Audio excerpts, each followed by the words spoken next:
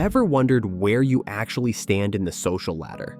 Are you really middle class, or do you belong to the upper echelon, or perhaps the lower? Today, we're going on a deep dive into the world of wealth distribution, and you might be surprised by how different reality is from perception. Whether you're striving to climb up the financial ranks, or just curious about your status, this video is going to break it all down for you. From net worth to income to the often overlooked traits that define each class, we're revealing the real numbers and the smart strategies that can help you move up.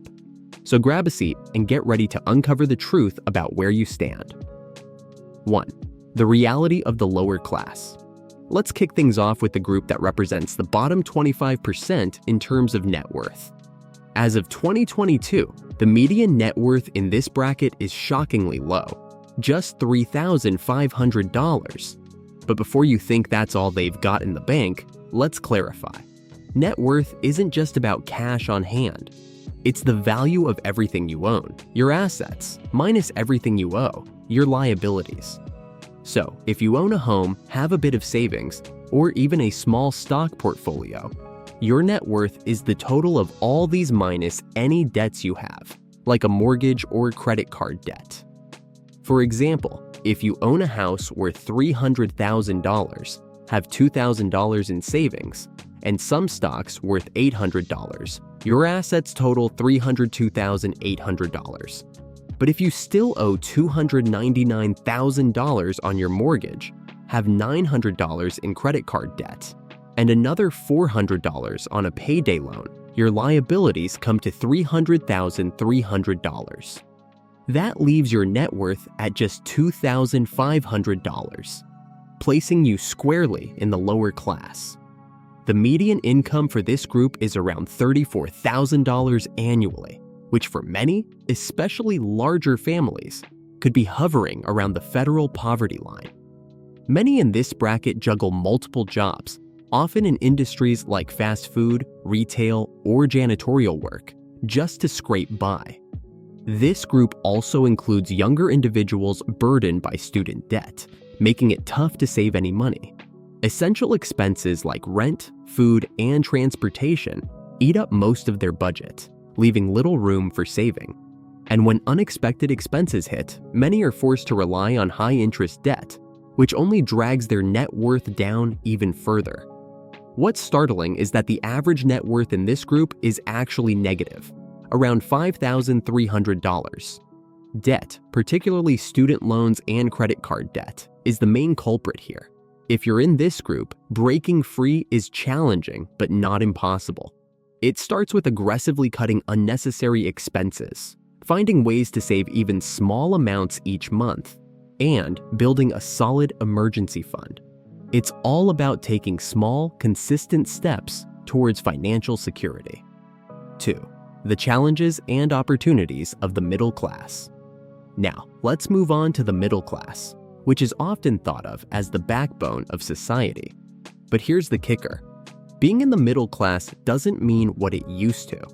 This group is split into 3 subcategories: lower middle, middle, and upper middle class, each with its own distinct financial characteristics. First, the lower middle class, which makes up the next 20% above the lower class, has a median net worth of about $71,000 and a median income of $44,000. Although they earn only slightly more than the lower class, their net worth is significantly higher, almost 20 times more. This group includes a lot of young professionals, blue-collar workers, and those early in their careers who are just starting to build their financial foundation.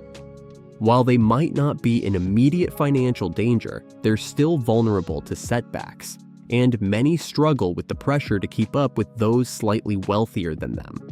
Moving to the middle class, which has a median net worth of $159,000 and a median income of $71,200, we see a substantial jump in financial stability. This group typically includes more educated individuals in white-collar jobs, like IT specialists, accountants, and mid-level managers, as well as skilled blue-collar workers like electricians and plumbers. Homeownership is a key factor here, with a significant portion of their wealth tied up in real estate. However, the key to advancing to the next class is strategic investing and tax planning. By maximizing tax-advantaged accounts like 401(k)s and IRAs, individuals can significantly reduce their tax burden and grow their wealth faster. Finally, the upper middle class, with a median net worth of $347,000 and a median income of $115,000, represents the top tier of the middle class. These individuals often have advanced degrees and hold leadership positions or specialized professional roles. Passive income streams, such as dividends from stocks or rental income, play a significant role in their financial success. But even at this level, many struggle with lifestyle inflation, spending more as they earn more, making it difficult to save as much as they could. To move up, focusing on smart investments, particularly in business equity and non-home real estate, is crucial. 3. The elite upper class. Now, let's take a leap into the upper class, where the wealth starts to accumulate rapidly. The lower upper class, which represents the next 10%, has a median net worth of $747,000 and a median income of $189,000. These individuals are often highly educated and work in specialized fields, such as medicine, law, or senior management. What's striking is that despite their high incomes, this group is part of a shrinking middle class in America, as wealth continues to concentrate at the top. But here's the real kicker. The upper class, representing the top 10%, has a staggering median net worth of $2.5 million and a median income of $378,000. Nearly half of these households own some type of business, which contributes significantly to their wealth. Business ownership, combined with strategic investments in real estate and stocks, allows this group to amass wealth at a much faster rate than those relying solely on traditional income streams. If you're aiming to break into this elite group, one of the most important things to remember is that it's not just about earning more, it's about owning more.